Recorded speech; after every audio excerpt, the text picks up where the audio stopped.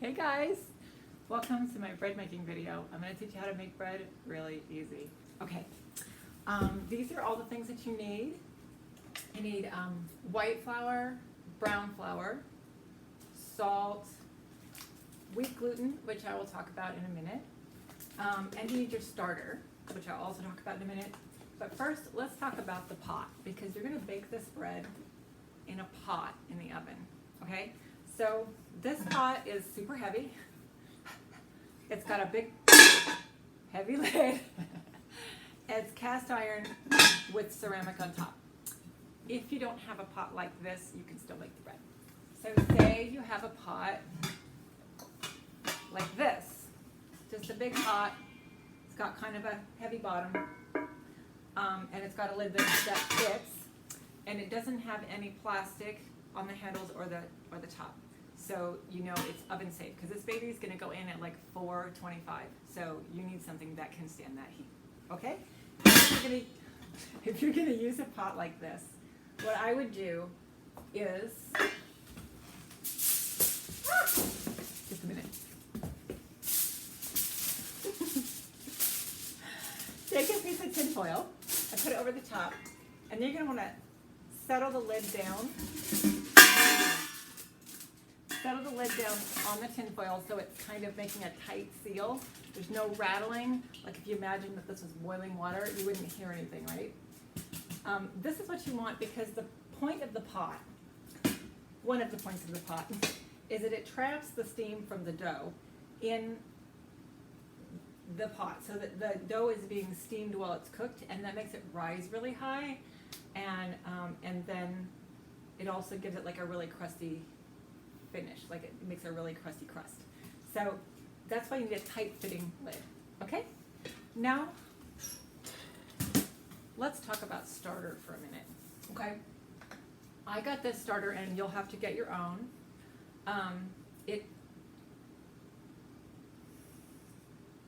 It might have some gross, like, water on the top. It might have a lot. It might have, like, you know, a lot. That's fine. Leave it there. Don't throw it away. Just mix it in. And I like to use a chopstick. And so the first thing we're going to do to make this bread is to, we're going to feed the starter. You need to do that every time you make bread. You got to feed the starter first so it can get active, and like it will get bubbly and stuff, and then it will be good yeast for your bread. Okay, so the way that we do that is we're going to take a tablespoon of water.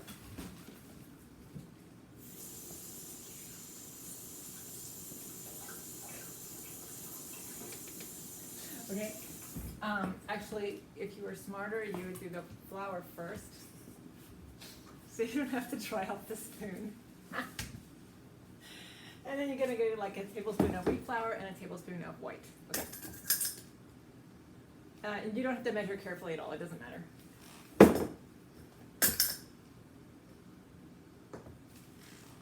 Right, and also if you haven't made bread before, you don't need to sift the flour for bread. That's just for cakes and dessert type stuff. Okay, so I like to mix it up with a chopstick. You can use whatever you want. This is just like really, really easy to clean, because it's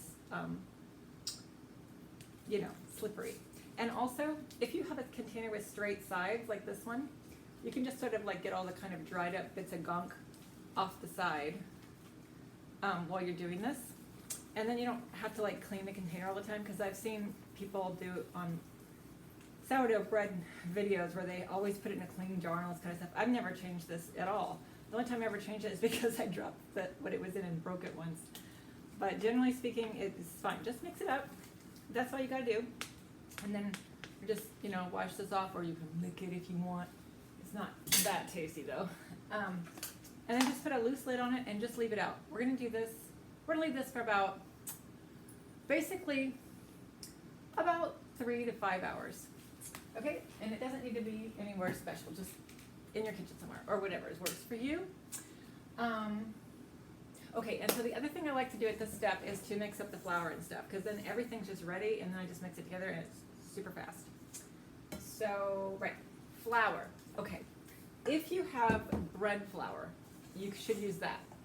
But if you don't, I use all-purpose flour. That's all I've ever used. I'm going to do half white, half wheat. But I add this stuff. It's called Vital Wheat Gluten. Vital Wheat Gluten. I just realized the crackling might have been noisy. And the kind I have is Bob's Red Mill, but any kind is fine. It doesn't matter. This is just what they had at the store. It costs like $8, I think. You can get it online. You can get it at the grocery store, probably in the flour area. And I've had this package for a year, and I've made bread every week. So I've probably made 50 loaves of bread, and I have about a third of it left. So it'll probably make 20 more loaves.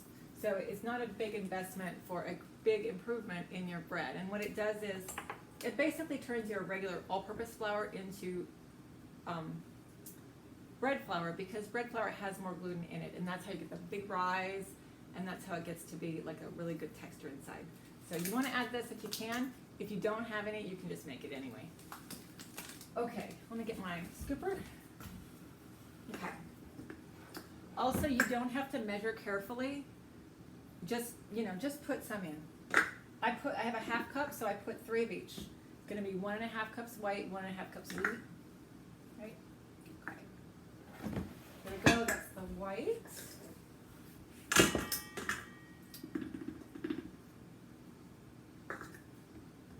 And again, it's just kind of like an estimate of this, the amount. Okay, that's cool. Now there's a very important step. This you cannot do without. At least if you eat any salt at all, you should put salt in your bread. If you're on a no salt diet, that's fine. But I put a teaspoon, or you can put 3/4 of a teaspoon if you want. I'm using kosher salt. Any kind of salt is fine. Okay. Right, so now we're putting the wheat gluten. Okay, that's going to be about a tablespoon. Again, the measurement doesn't really matter. All right, so this is easy so far, right? This is literally one of the hardest steps. Okay. Only because they're all easy. Okay, so then I use a whisk to just mix it, just to make sure that the wheat gluten and the salt are everywhere, you know. But you don't need to do that if you don't want to. And then I just put this back in the drawer, because I like to do things the easy way. All done with you, whisk, and we are done. That was step 1. So what I usually do is I feed the starter and I mix this stuff up like when I'm in the kitchen anyway, like for breakfast or lunch or dinner, and then I just come back for the next meal to do the next step. So it doesn't really matter how long it is, but you don't want to leave it, like I wouldn't leave the starter out overnight, because it'll eat up all of that flour, and then it'll be kind of like, well, you know, it's fine. Then you just have to feed it again. But so I'm just gonna say 2 to 5 hours, and just come back and see if it looks really bubbly. So I'll be back with you soon, and we'll look at the starter. Okay? I just realized that there's something else that I do that's not important, but it makes my life easier, and I thought I'd share that. So I have this, which is just one of those putty knives that you use for putting putty on the walls or whatever. And I use that to just scrape any extra flour that might have fallen out of your cup or whatever, and any wheat gluten or whatever's on there, and I just scrape it right back into the bowl.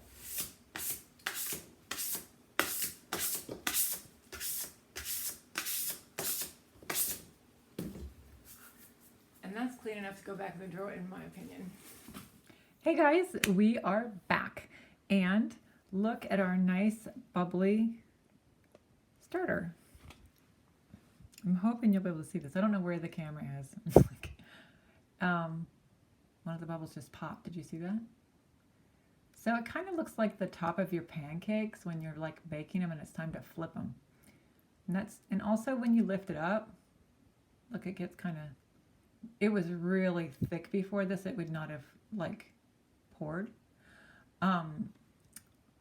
Also, when you lift it, you might be surprised that it's lighter than you expect, because it's kind of bigger, and you'll be like subconsciously expecting it to weigh more, just because that would make sense. But no, because it's bigger, because it's full of air. Okay, so we're going to the next step, which is adding water to the flour. And the reason I'm doing this top down thing is so that you can really see well, hopefully, even though it's starting to get a little bit dark. So, everything is the same as we left it, except that the starter has gotten bigger. Okay, so now what you're going to do is you're going to get like a glass or any kind of container, and you're going to scoop out some of your starter. It's just sort of like roughly a tablespoon. It totally doesn't matter whether it's a real tablespoon or not. And that's, I'm just going to put that in there. And then you're going to want to put in about 1 3/4 cups of water to start with. Okay?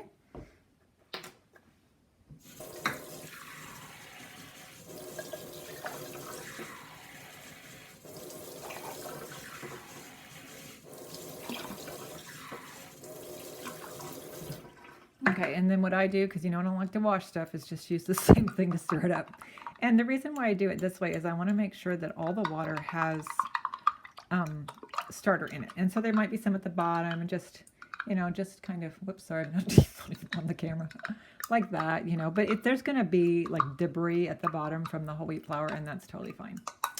Okay, so now that we're done with the starter at this point, so you're just going to want to put this back in the fridge. It's all done. You don't need to do anything else.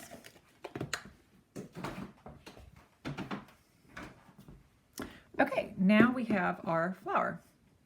And what I'm going to do is just dump this in here, but I'm going to tell you about flour and bread. Okay, I told you 1 3/4 cups. I'm going to save just a little bit out. This feels like a little much to me. Here's the thing. Every bag of flour, even the same brand from the same store, is going to have a different amount that it absorbs water. And that's why you can't really just have a specific amount of water and flour that goes in. You're going to have to see what it needs to look like. Okay, so at this point, you're going to need a fork.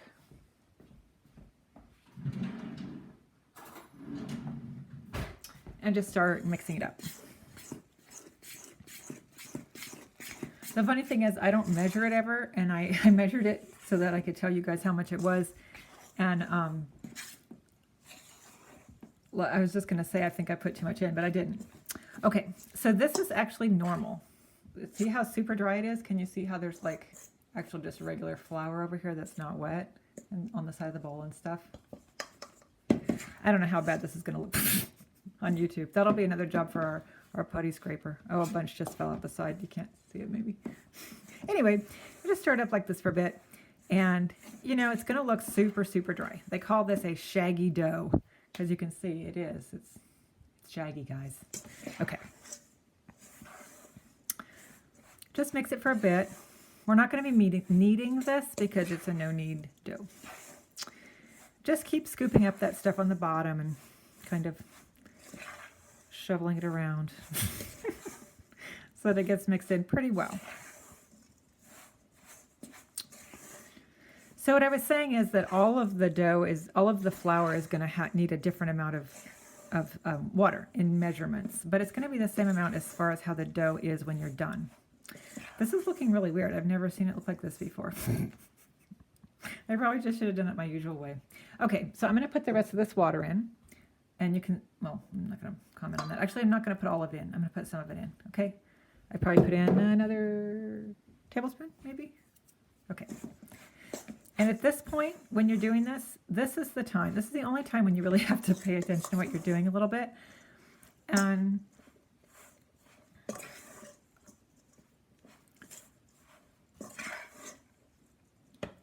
it might be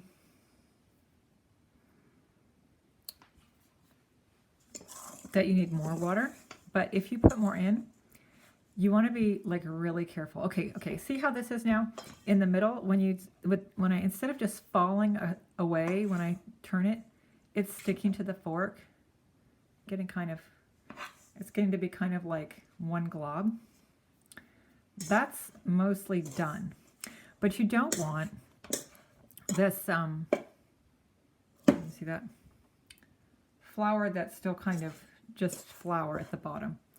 Actually, there's not much of that. This is actually pretty close to how I would do it, honestly, but I'm going to put a little bit more in. And at this point, what I usually do, which is to say at this point, I mean, after I put the 1 3/4 cups in, I just will take my hand and just sprinkle some in because I really don't want too much.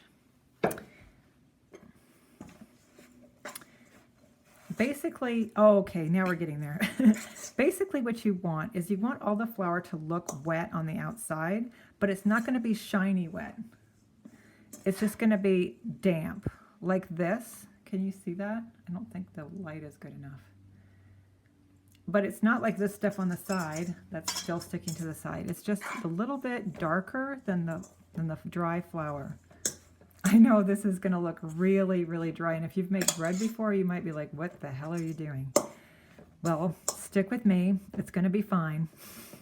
Okay, and see how it's all kind of coming together now as a blob? That's what you want. You want it to come together as a blob. Okay, normally I wouldn't spend anywhere near this much time doing this. I'm kind of overthinking it because I want to explain to you what it should be like. I'm going to do a couple more of those hand flicks of water. And I honestly don't know how much that is, but it might be a ½ teaspoon. But with the flicks, you know, it gets spread out over all the dough. And this is just right. Okay, so now we don't see, I wish I could show you better. Now we don't see any more like dry spots. It's all pretty wet, but it's not glistening. Let me just show you what it looked like if it was. See that? Can you see how it's shiny? You don't really want that. It's not going to ruin your dough. But I mean, it doesn't need to be that wet. This is what you want, this guy right here. And the fact that there's flour in the bowl is totally fine. Okay, so at this point, what you do is you're just going to leave this overnight. You don't have to do that. I was just fiddling. So if you made it at dinner time, leave it overnight. If you made it at lunchtime, leave it overnight. You want to let this guy sit for, I mean, it's going to be 24 hours altogether, but there's one tiny middle step that we're going to do in the morning. So, yep, we're done for now. But we need to cover it with a bag or like saran wrap. I'm going to get one.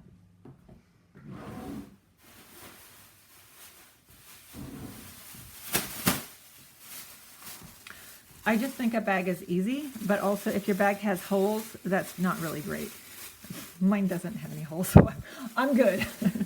Okay, so, and the other thing is when you get it in the bag, just take all the ends, all the edges of the bag and put it under the bowl like that, so that it's mostly going to keep in all that wetness. And if you, that's the reason for the bag, is to keep it the same dampness as it is now. Or you could use plastic wrap if you want, but don't use a bag with a hole in it or a bag that's too small to put under the bottom like that.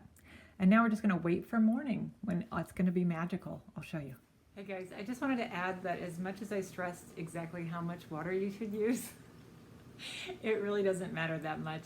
I'm a little perfectionist because I've been making it every week for a year, so I know exactly how much I want in there to get it to be just the right kind of spherical loaf. But if your loaf is a little bit more wet, it's just going to maybe be wider and not as tall. But it is going to be delicious homemade bread. No matter what you do, you're going to have your own unique, gorgeous, amazing loaf. Hey guys, it's morning, and we're just going to do a teeny tiny step. Let's look at our dough. Here it is. It looks a lot like it did yesterday, but it can be a bit dry on top. Like sometimes there's even like dark brown globs of dryness. So this little step that I do is I just take the edge pieces and I pull it towards the middle and I push it in like that. And it's much damper and wetter under here. And the reason why I do this is that I want that dry part to go back in the middle. And then, okay, we're just going to finish up here. And then that way it will get wet just like the rest of the dough, and it'll be kind of like equally wet all over. That's it. That's the step. If you forget to do this, it's actually fine. And we're just going to put the bag back on like we had it before. I've done this before when there were big dry spots, and I just baked it right afterwards because it had been too long, and I actually didn't, I kind of added this step later. So you can just not do that step if you want, but I like to do it. Okay, I'll see you later when we're going to get to the very exciting stage of baking. Hey guys, we are ready to bake. Okay, so you're going to turn your oven to 425, and you're going to get your pot with its lid, or your alternative pot with a tin foil, and you're going to put it in a middle rack on your oven. Now, if you have the alternative pot that's taller, you might need to move your oven rack down so that it fits. but we're not going to do that because I'm going to use my usual pot. So here we go. Just stick it in there. Make sure the oven's on. And now we're just going to deal with our, I don't know why I'm crouching like this. Well guys, I screwed up. Not the bread, but the video. I did that thing where you like press record and then you press record to start and then you press record again to end, and really what you recorded was like before and after the video you wanted to shoot. So I have no footage, but I will try to recreate as best I can what I did, and it was very simple and very easy and something you've already seen. Okay, so here's my bread in its bowl, right? We had it this morning. It would be a little bit bigger than this because it does grow a little bit. And I just did the same thing I did this morning where I take the outside and press it into the middle like that. And I press that all in. Sorry, the lighting is terrible, but I press that all in until, you know, and then you might need to kind of scrunch it like this to get it to stick because it might want to kind of like pop back open again. But I'm going to do the other top down type thing. Hang on. All right, so this is what your guy's going to look like. You're going to just take the edges, put them in like this, like we did before. Easy peasy lemon squeezy. Like I said, you might need to kind of scrunch it a little in the middle, okay? And now there's an optional step. This is if you're using no tinfoil. Don't use this if you're using tinfoil. You're going to take a piece of parchment paper if you have some and if you want to, and mine has dough on it. I bet you can guess why. And you're going to take your thing out, pick it up like this. Just, you know, it's nice and firm. It's going to be fine. And then you just put it in your bowl, the parchment, and you flip it over. And that is your bread ready to go in the oven just about. Now, if you are using the tinfoil method, then you just don't do this, and you just scoop the bread up with your hand like I just did to turn it over, and you're going to plop that in the pot. And chances are it's going to be like way over to the side or something, and you're just going to roll with that. It's totally fine, and your bread's going to be amazing. Okay. Here's another, okay, oh, right, so the reason why we do this is so that you can lift it out easily, and also when it's done, you can lift it out easily. That's all. It's no biggie. Okay. There's one more optional step, which is to slice the top.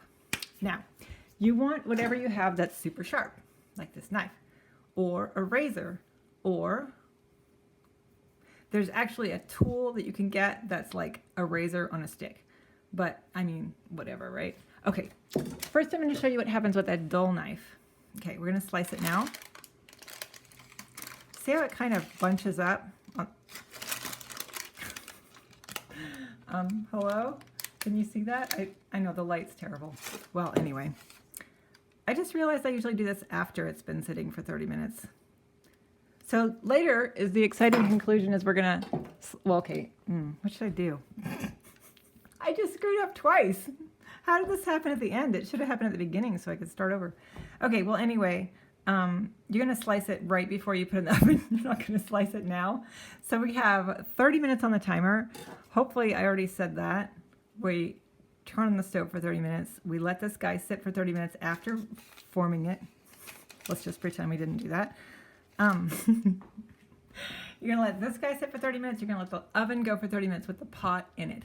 Now, if you screw it up and you either forget this step where you mold it into the right shape, or you forget to put the pot in the oven, or you forget to turn the oven on, all of those things are totally fine. Here's what matters. The pot needs to be in the oven for 30 minutes, and this guy needs to sit for 30 minutes. So say you put the pot in the oven, but you didn't do this. That's fine. Just leave the oven on and do this and start your 30 minutes from when you finish doing this part. Or say you did this guy and you forgot to turn the oven on. That's also fine. Just put the pot in the oven and turn it on, and this guy can stay for an hour instead of 30 minutes or whatever. It'll be totally 100% fine. So don't stress about any of that stuff, but this is your goal. Okay, I'll be back. Hey guys, it has now been 30 minutes, and I realized that I don't think I was very clear about what to do if you don't use the paper in your pot. You're just going to put this bread in the bowl. You're going to bunch it together, turn it over like I showed you, but instead of putting it in the paper, you're just going to put it in the bowl, and you're going to scoop it with your hand and put it in the pot. So when I said you just throw this in the pot. I didn't mean like without waiting 30 minutes for it to rise again. Okay, so now we've risen, and oh, the other thing was with the dull knife, I was just going to show you that it didn't work very well with the dull knife and then say, but you know what, it's totally fine. And that's the reason why I started talking about that, and then I didn't finish it. So anyway, we're just going to slice it now. You can slice it any way that you want. I like to slice it in kind of like a curve. And this just gives it about a quarter of an inch. This just gives it like extra ability to rise.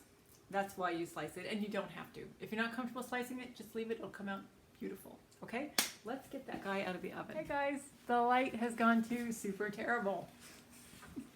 Okay, we're gonna put this guy in the oven. We're gonna have actual bread really soon. Okay, let's get out our pot. Right, like that. I'm gonna take the lid off with a pot holder, definitely. And what I do is I just literally leave it on the handle so I can't possibly pick that up accidentally. Okay. And then I'm going to lift it. Like I showed you before, we're going to lift it.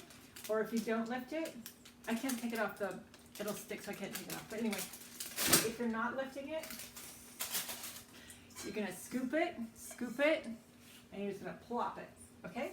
And then with the pot holder, open it back on and shove this guy in the oven. Make sure your lid is seated down in the place where it goes. It's seated down on the top because you want to keep that steam in. Okay. All right, 30 more minutes. Okay guys, we're just here for a quick minute. It's been half an hour, and now we're going to take the lid off the pot and we're going to shove it back in the oven. We're going to leave it in for another 15 minutes, okay? By the way, it smells amazing in here. Okay, take this, grab the lid, put it back. Actually, just a quick peek at the bread. Oh my God. 15 more minutes. Well, this is it. Are you ready? Here we go. Oh boy.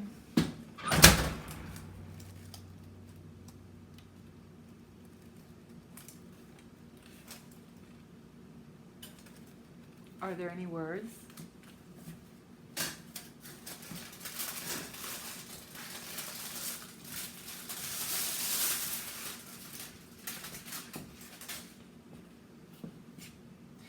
So you want to put it on a rack to cool if you can.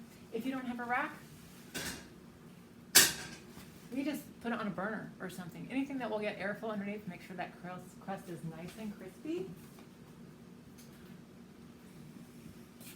And this is your loaf, man. Why not try this? Why? Try it. I double dog dare ya. Enjoy.